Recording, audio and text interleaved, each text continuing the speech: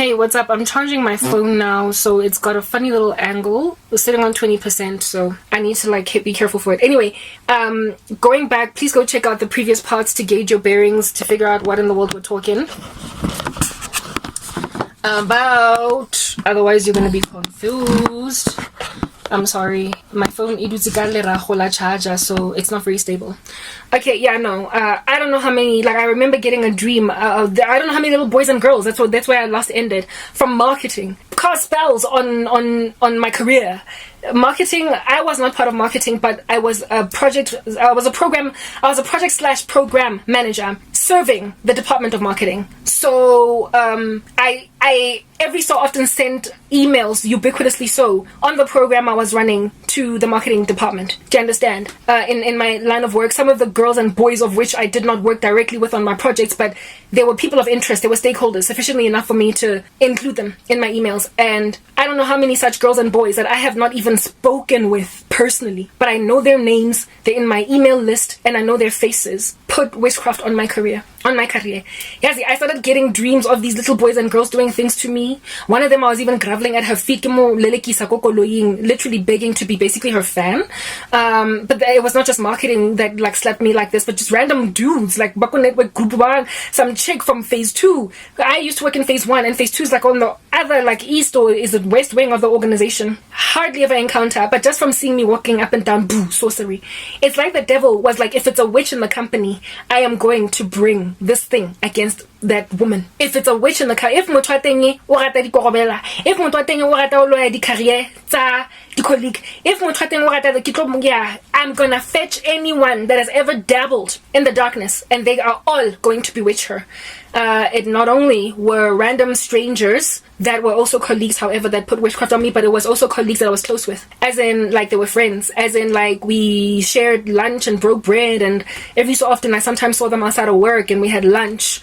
They also, if it was a person involved in dark arts, that's like MTN, Shem. If you have put witchcraft on me and you were working at MTN in 2014, you were just a member of the military and army, Yagasatani, but you don't know because you thought that you were putting a spell on me, Jeffela, as one person, but Satan was literally charging you against the saints of God in that company. And I was in particular fired from my job. I lost everything. I later on got a dream, even though I was no longer working for the company, of another colleague of mine that was made to leave. She just left. She just decided to she decided to accept voluntary, what do you call this, without having another job. Voluntary retrenchment. She was a mother of many kids, and she couldn't afford to not have a job, and she just quit her job without an alternative of another one. Guys.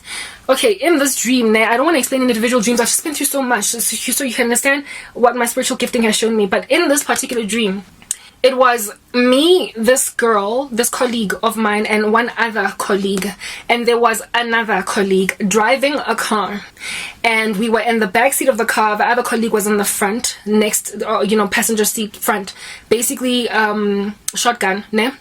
And this chick drove the vehicle, and as we were approaching some kind of a cliff about to fall off it, she got out of the car. Mind you, this colleague, in waking life didn't even have a driver's license. She couldn't drive. She used to use a driver to get to work. But in this vehicle, in this dream, she was driving, and I was in the back seat with this one colleague with the many kids, and so another colleague was driving shotgun with her, and the vehicle got close to a cliff. Do you understand? Where it was about to dive over, and she, while the car was still moving, got out, and she didn't even, when you get out of a moving car and you roll, making a steering in a movie. No, she literally got out and walked perfectly, almost as if though her steps were counted or something, strategically to land without falling, while all of us were in this car that was headed to demise. And we sat in this car, and as we all literally were in the vehicle, as I watched the vehicle go over the cliff, plunge in, and just go down. And then I woke up. Yeah, well, I was the first to go. I got fired.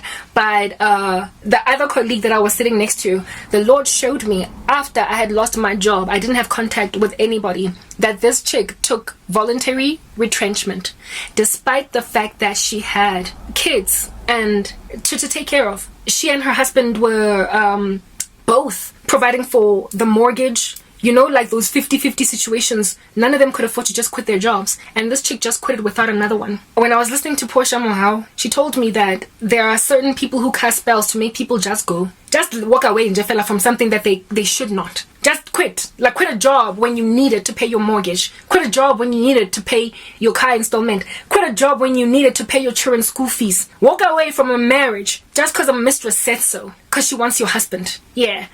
When Portia, when I listen to her testimony, I just think I go back in the time, in my archives, turn back the hands of time about certain dreams that I got. And I'm like, whoa, goodness. So that's what that was, that kind of a spell. That's what this girl petitioned for. She went to Asangoma and literally gave 3 names of females. And she was like, I want Karabo.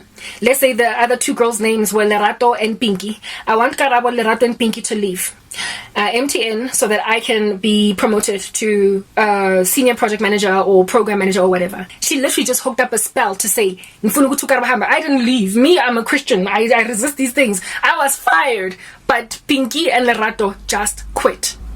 I got a dream of Pinky in particular, the one with the kids and the husband who couldn't afford to leave. I got a dream after I left. Even though I didn't get to confirm it, God just showed it to me that Pinky just quit. She just quit with literally having mortgage and everything, school fees, bread to buy, and she just left. Hey, Azzy, that chick, her skills, she was an administrator. The chicks that she got rid of, she was an administrator that got promoted to project manager.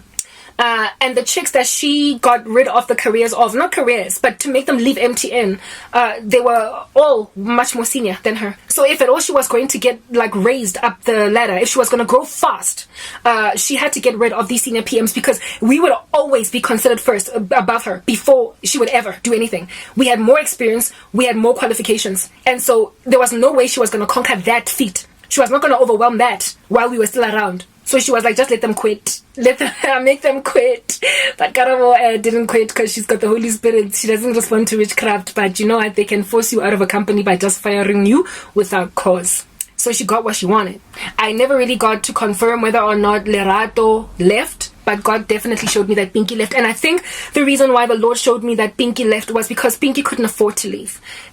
Pinky was a mom. And Pinky was a wife that was sharing responsibilities with her husband. And so Pinky likely was fighting even her husband when she wanted to take voluntary retrenchment, because Pinky's husband was probably like, but I also told him to say Pinky. And they probably fought over it. But according to, let's say the witch's name is Kukuku. According to Kukuku, she had to go, whether or not she had kids' fees to pay. And mind you, Kuku didn't have a husband, children, or anything really, no dependents that needed her. She just wanted to go up.